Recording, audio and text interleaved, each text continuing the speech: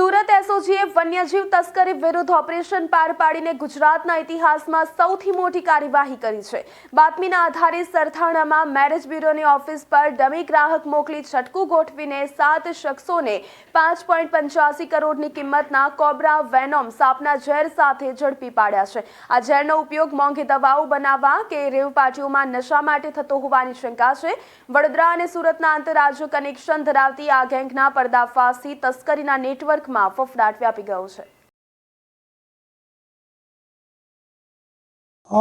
ગુજરાતના ઇતિહાસમાં સૌપ્રથમવાર 5 કરોડ 85 લાખની કિંમતનું પ્રતિબંધિત કોબ્રા સાપનું ઝેર એટલે કે વેનમ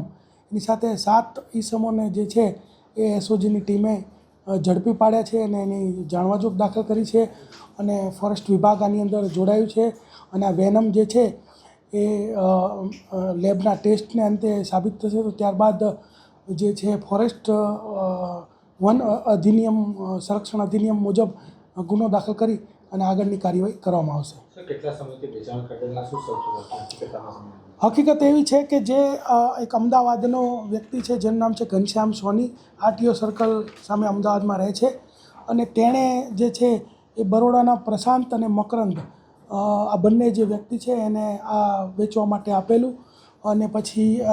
બરોડાના 4 વ્યક્તિઓ સુરતનો જે મેરેજ બ્યુરો ચલાવે છે જેનું નામ છે મનસુખભાઈ અંબાભાઈ દિનૈયા અને એને ત્યાં આ લોકો વેચવા માટે આવેલા અને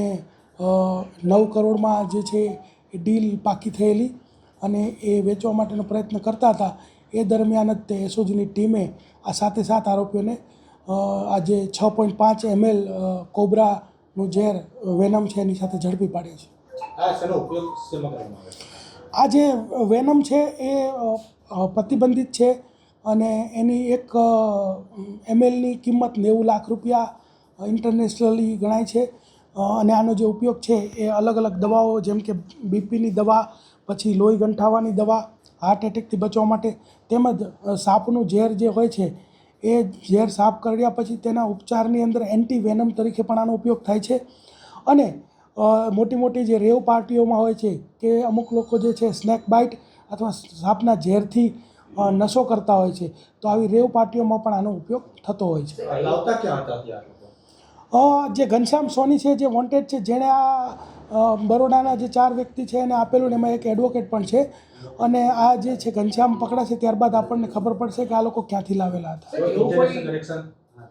અત્યાર સુધીમાં કોઈ એવું જાણવા મળેલું નથી। સાહેબ એવું કોઈ જે પકડાયું છે એમાં સુરતના આ પાર્ટીને લઈને કોઈ કનેક્શન હોય કે અત્યારે એવું હતું કે જે બરોડાના 4 લોકો છે અને જે સુરતના 3 આ બધા લોકો જે છે એ મળીને અલગ અલગ કમિશનથી